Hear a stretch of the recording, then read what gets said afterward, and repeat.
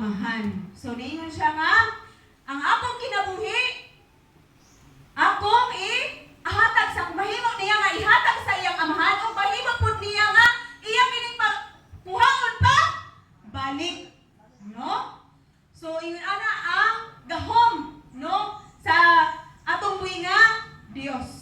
So buot pasabot sa laptop nga pagkaistorya, ang atong usab kinabuhi walay lain nga unsay mo pasabot ana unsay na soberano, no? Ningitag soberano siya ang naigahom, sa ato ang kinabuhi, siya ang naghatag og walay katapusan, siya ang nagbando, no, sa ato ang kinabuhi.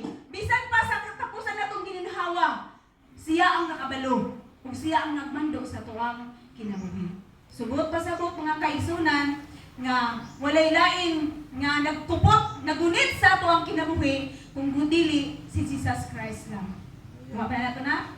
No? So, kung unsa man ang mahitabo sa ato ang kinabuhi, wala kitay lain nga ato ang tugyanan kung dili si Jesus Christ lang po, no? So magpasalamat ganita nga kana bitang mamatay, no? Nga ila pa mahinumduman ang magbuhat, no?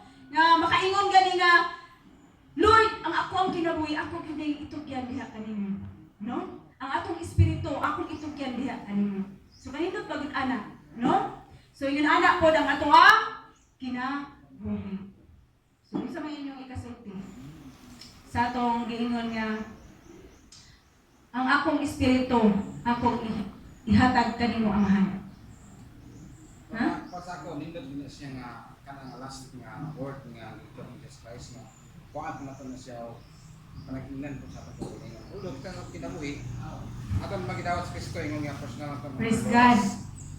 Siya naman atong Dios sa atong kinabuhi. Nya natanan nga process naman nato ang samtang wala pa tayo ingon nga nawala ni kita samtang nangalagat ta sa Ginoo. Ato nang giproseso ang tanan. Atong gidawat sa Kristo ingon nga tapos na naman luwas.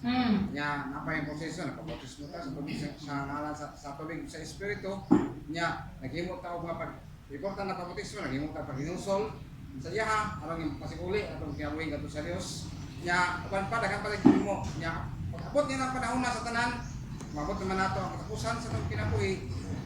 Anatay ka na bang katungod nga mingon nga sa imong mga kamot itugyan ko ang akong espiritu sama sa ginsulti ni Jesus Christ. Muna sa ato karon nga pagpangalagat sa Ginoo, atong tingwaon nga masundot nato ang proseso nga padayag ni Jesus Christ nga na makita sa mga kasulatan aron nga sa katapusang mga adlaw nato sa katapusan nato sa atong gininhawa muna nato initok Ginoo tugyan ko kanimo ang ako ang kinabuhi o ang kong espiritu. Praise God. Ako kayo na siya himuan sa itong kinabuhi. Kung samtang buhi pata karon naning kamot ta nga mapakita nato sa sikatao o labos ta nga sa Dios nga misulod kita o mituman ta sa iyang kamuton. Wala tayo isa sa mga pagdasig na po. Okay, so nindot kayo mga kaigsunan, no? Nga kanang sa diha nga may atong naala si Jesus Christ atong kinabuhi gidawat na nato siya. Siya na ang nagmando ka nato sa tuang kinabuhi. Buot pasabot na ng mga kaigsunan, nga samtang buhi pa ta, siya ang nagkontrol. Amin ba? Siya ang nagkontrol sa tuang kinabuhi. Ug hangtod sa katapusan natong ginhawa, siya gihapon ang nagkontrol. Amin ba? So siya gyud ang tanan. Siya gyud ang magmamando sa atong ang kinabuhi. Buhi ta ug hangtod sa atong kamatayon, siya ang naggunit. Mga kaigsunan. Kuha ba na to? So gikinhanglan mga kaigsunan nga karon bisan buhi pa ta, siya gyud ang mugunit sa ato ang kinabuhi. Amin ba? Si Jesus Christ ba ang nagunit sa inyong kinabuhi?